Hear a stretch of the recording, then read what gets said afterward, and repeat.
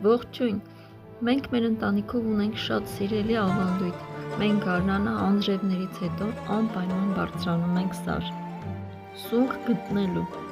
Հիշում եմ, երբ դպրոցում ինձ հանձնարարում էին գրել շարադրություն ինչ եմ արել ամռանը կամ ժամանց ընտանիքի հետ, ես չէի կարողանում գրել կամ հորինում էի։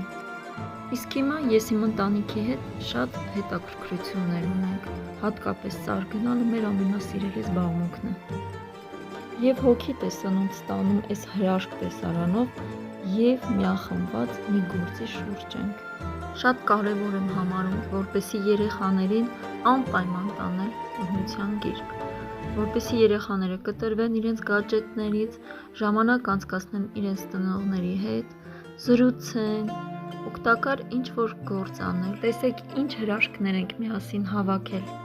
իսկ հոտը անփոխանցելի է։